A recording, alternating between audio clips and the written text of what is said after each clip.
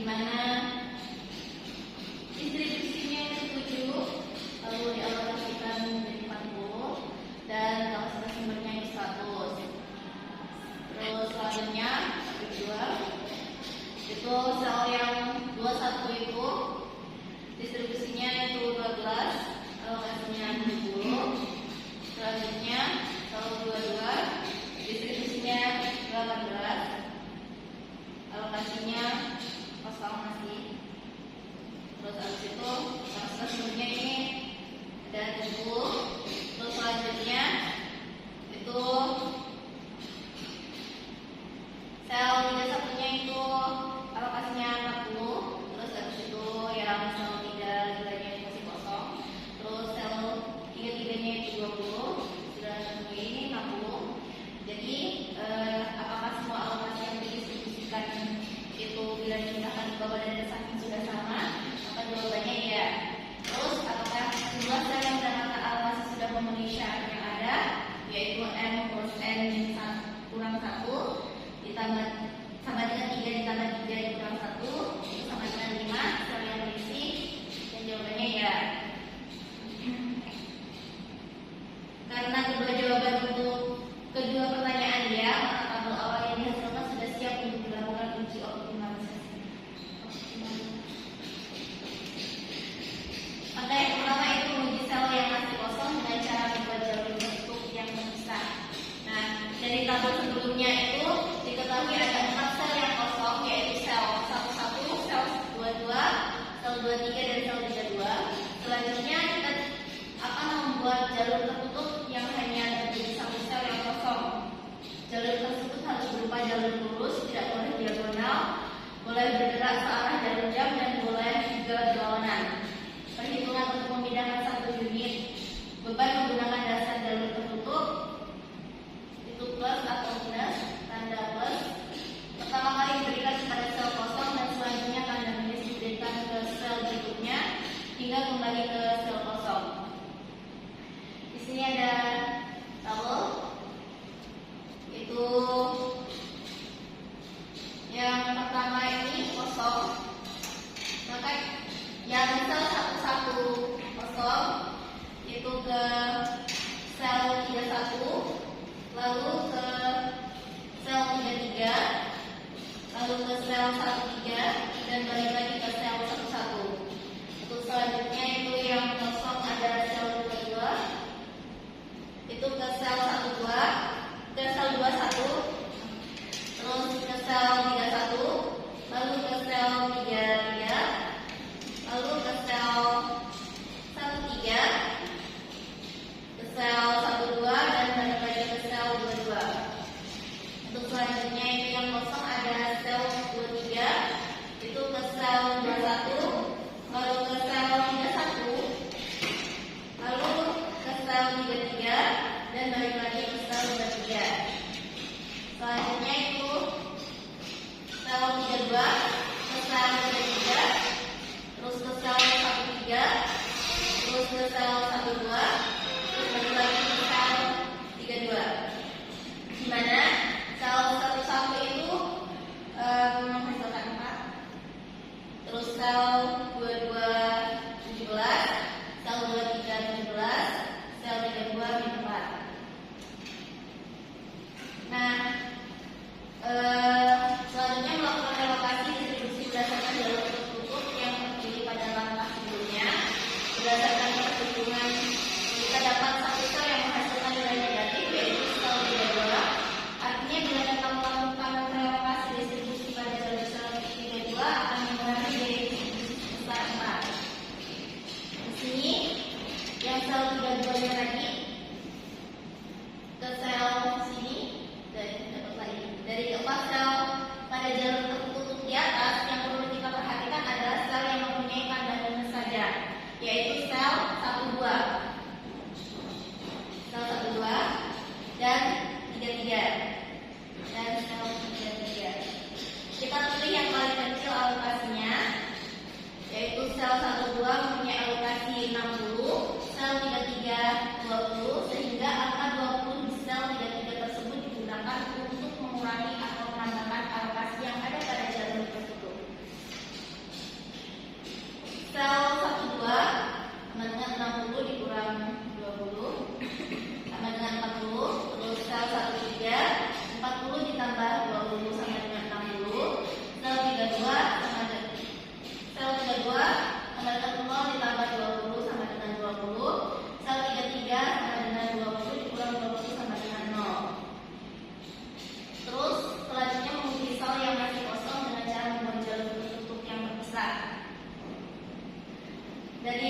tabel di atas diketahui ada 4 sel. 4 sel yang kosong, yaitu sel 11, sel 22, sel 23, dan sel 33. Selanjutnya kita akan membuat jalur tertutup yang hanya terdiri satu sel yang kosong. Jalur tersebut harus berupa jalur lurus, tidak boleh diagonal, boleh bergerak ke arah jalur jam, dan boleh juga berlawanan.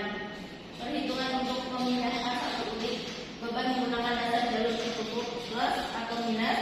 Tanda plus pertama kali diberikan kepada sel kosong dan selanjutnya tanda minus diberikan ke sel berikutnya hingga kembali ke sel kosong. Nah, setelah kita dapat jalur tertutup untuk keempat sel yang kosong,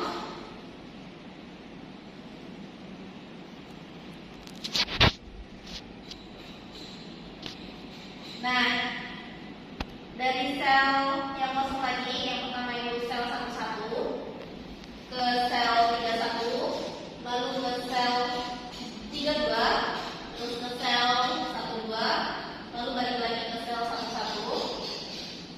lalu yang kosong sel 22 ke sel 21, ke sel 31, lalu ke sel 32, dan balik lagi ke sel 22. Selanjutnya sel 23 ke sel 21, lalu ke sel 31, lalu ke sel 32, lalu ke sel 12, lalu ke sel 13, dan balik lagi ke sel 23. Selanjutnya sel 33 ke sel 13, lalu ke sel 12, lalu ke sel 32, dan balik lagi ke sel 33. Di mana setelah kita dapatkan jalur tertutup untuk keempat sel kosong, kita hitung biaya distribusi masing-masing dari jalur tersebut. Yang pertama sel 11 itu menghasilkan 0, sel 22 21, sel 23 21, sel 33 4. Nah, berdasarkan perhitungan pada masing-masing sel kosong, terlihat tidak ada lagi yang negatif. Hal ini berarti tabel telah optimal dengan biaya total distribusi, yaitu sel 12, sel 13, sel 21, sel 31, sel 32. Terus total biaya distribusinya sel 1 2 berarti 6 dikali 40 sama dengan 240. Lalu sel 1 3 7 dikali 60 sama dengan 420. Terus sel 21 itu 12 dikali 70 biayanya 840. Terus sel 31 25 dikali 40 sama dengan 1000. Terus sel 32 10 dikali 20 sama dengan 200, kalau dikumpulkan hasilnya 2700. Sudah?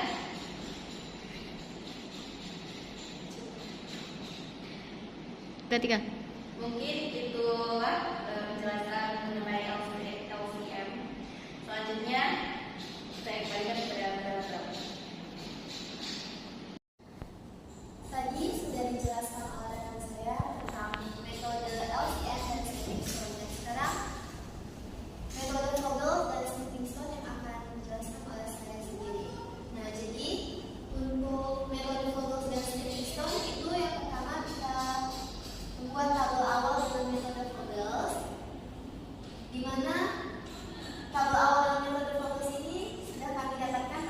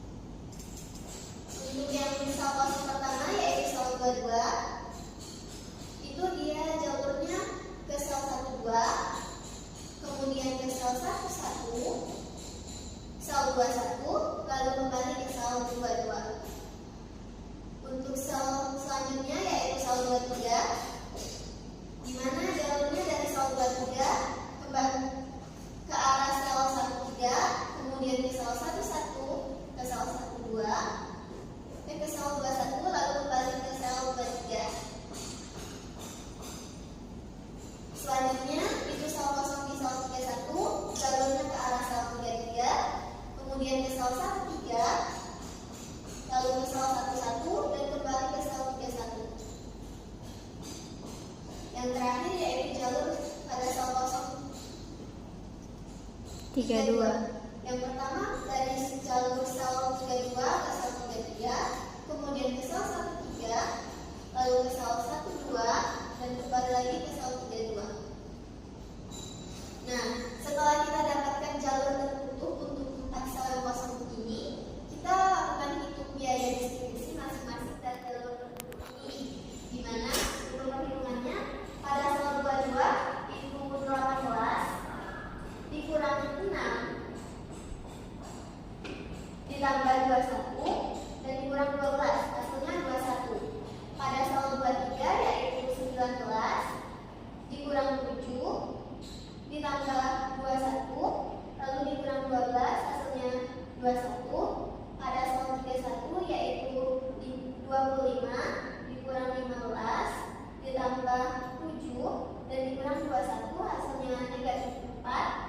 Pada sel 32 yaitu 10 dikurang 15 ditambah 7 dikurang 6, hasilnya negatif 4. Nah, berdasarkan perhitungan pada keempat sel kosong ini, kita dapatkan 2 sel yang menghasilkan nilai negatif, yaitu pada sel 31 dan sel 32 dengan nilai biaya distribusinya sama, yaitu negatif 4. Di sini, karena nilai biaya distribusinya sama, kita bisa memilih salah satu sel yang untuk kita lakukan relokasi distribusi pada jalur sel yang tertutup tadi. Di sini kami memilih sel 32 yang akan kami lakukan relokasi distribusi sehingga mengurangi biaya distribusi totalnya sebesar 4.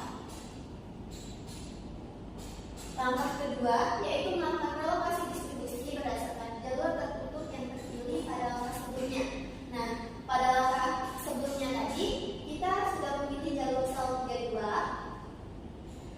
di mana dari keempat sel pada jalur tertutup sel 32 ini, yang perlu kita perhatikan itu adalah sel yang memiliki tanda minus, di mana di sini terdapat pada sel 12 dan sel 33. Untuk melakukan relokasi distribusi dari kedua sel yang memiliki tanda minus ini, kita pilih sel yang memiliki alokasi pengirimannya yang paling kecil. Nah, karena pada sel 12 dan sel 33 itu alokasi pengirimannya itu sama-sama 60, kita juga bisa memilih salah satu sel secara bebas. Di sini kami memilih sel 33, sehingga angka 60 di sel 33 ini akan kita gunakan untuk mengurangi ataupun menambahkan alokasi yang ada pada jalur tertutup tersebut. Nah, pada sel 12 tadi alokasinya itu 60 dan tandanya itu negatif, jadi kita lakukan operasi 60 dikurang 60, hasilnya 0. Kita masukkan di sel 12, karena 0 itu selnya jadi kembali ke sel 2. Selanjutnya pada sel 13 itu tadi 0, kita tambahkan dengan 60, hasilnya 60. Pada sel 32 yaitu 0 ditambah 60, hasilnya 60. Dan pada sel 33 tadi itu 60 dikurang 60, hasilnya 0. Nah, karena sel yang mendapatkan alokasi ini tidak sesuai dengan aturan sel yang terisi, yaitu pada tabel selanjutnya ini cuma 4 sel yang terisi alokasinya. Jadi kita perlu menambahkan kembali nilai epsilon pada salah satu sel yang kosong untuk memenuhi aturan. Nah, pemilihan sel 12 sebagai tempat penambahan epsilon yang kami lakukan itu tidak berdasarkan aturan tertentu. Nah, karena setelah kita menambahkan nilai epsilon pada salah satu sel kosong, jumlah sel yang menerima alokasi itu sudah memenuhi aturan, yaitu 5 sel. Jadi kita bisa langsung melakukan pengujian optimalitas. Yang pertama, yaitu kita menguji sel-sel yang masih kosong dengan cara membuat jalur tertutup yang terpisah. Dari tabel di atas ini, kita ketahui dan kita lihat bahwa 4 sel kosongnya yaitu pada sel 22, sel 23, sel 31, dan sel 33. Nah, selanjutnya kita akan membuat jalur tertutup yang hanya terdiri dari 1 sel kosong, di mana jalur tertutup itu harus membuka jalur lurus dan tidak boleh diagonal dan boleh